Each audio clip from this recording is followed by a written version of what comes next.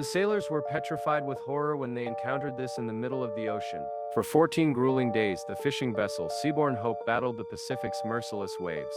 Led by Captain Leonard Pierce, a weathered man with a gray-flecked beard and stormy eyes, the crew had chased elusive fish across endless horizons, only to haul up nets full of scraps. Supplies dwindled, tempers frayed, and desperation gnawed at the edges of their resolve. As the sun bled into the horizon, casting the sky in hues of molten copper, navigator Eric Thompson raised his binoculars. A faint shifting glow pulsed beneath the water off the port bow. It shimmered, steady and unnatural, too controlled to be mere plankton. Captain Eric called, voice edged with uncertainty. "You need to see this." Pierce took the binoculars and peered through the lens, his expression unreadable. The glow flickered in an almost rhythmic pattern. A whisper from the deep, though they were low on fuel and luck. The captain decided on a gamble. "Bring us around," he ordered. Michael Reeves, the first mate, hesitated. "We should be heading back, sir." Pierce's jaw tightened. "We'll take a closer look."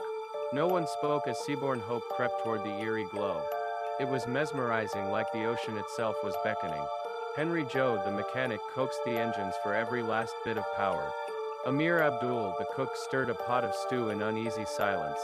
Andrew Kravitz, the youngest sailor, clutched his tattered notebook, already scribbling down details of the bizarre sight. As darkness fell, the glow intensified. A hush settled over the crew. James Henry, renowned for his sharp eyesight, leaned over the railing, squinting into the depths. At first he thought it was a massive school of fish. Then the shapes moved, too large, too fluid, gliding with eerie grace. "Captain," James rasped, his throat dry. "That's no fish." The glow suddenly brightened, illuminating a circular swath of ocean. A collective shiver passed through the crew. Something began to rise. Water cascaded off its curved form, massive, metallic, encrusted with barnacles and time. For a heart-stopping moment, the men thought they were facing a sea monster of myth. Then the truth settled over them like a suffocating fog. It was a vessel, an ancient rusted wreck, emerging from the abyss like a ghost returning to the living. The deck buzzed with anxious murmurs. Amir clutched his ladle with white-knuckled fingers. Henry muttered a soft oath. Even Michael Reeves, usually unshakable, abandoned his ever-present pipe. Pierce steadied himself. A bright beam swept over the wreck. The corroded metal bore jagged gashes, revealing gaping wounds in its hull. Through one massive tear, the glow pulsed brighter, emanating from somewhere deep within. The men exchanged uneasy glances. Some wanted to flee, others felt an irresistible pull to uncover the wreck's secrets. Andrew swallowed hard. "It shouldn't be here," he whispered, his pencil trembling over the page. A metallic groan echoed from the wreck as it shifted in the current. The men flinched, half expecting something to emerge from the shadows. Pierce made a decision. Henry Michael secure a line. Henry fastened a cable to the jagged frame, while Amir and James aimed the lights step by step. Pierce approached an opening in the hull, his flashlight cutting through the darkness.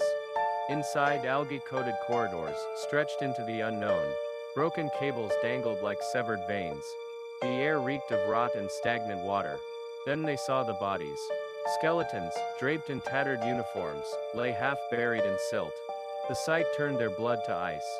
A shipwrecked crew, forever lost to the sea, their story sealed in watery silence. Amir murmured a prayer under his breath. Andrew hugged his notebook to his chest, too shaken to write. Michael removed his cap in silent respect. Pierce's flashlight landed on a massive cylindrical container. It was cracked open, leaking a faintly glowing fluid. A chill crawled up his spine. Could it be nuclear? Chemical? The implications made his stomach lurch. Then a noise. A faint scraping sound from deeper within the wreck. Suddenly the vessel lurched. The corridor trembled. Water surged in as a section of the wreck collapsed. The Seabourn Hope rocked violently. The mooring line snapped with a sickening crack. The wreck groaned as if protesting its disturbance. Then, as suddenly as it had risen, it began to sink. The men scrambled back onto their deck, breathless, watching as the hulking mass was swallowed by the sea. The glow flickered once more, then vanished, lost forever beneath the waves. They had been seconds away from joining the skeleton crew below. Pierce exhaled, wiping sweat from his brow. The men stared at the now empty ocean, horror and relief battling in their expressions. Andrew's voice was barely above a whisper. "Should we note the coordinates?" His voice was quiet, steady. "But this isn't our mystery to solve.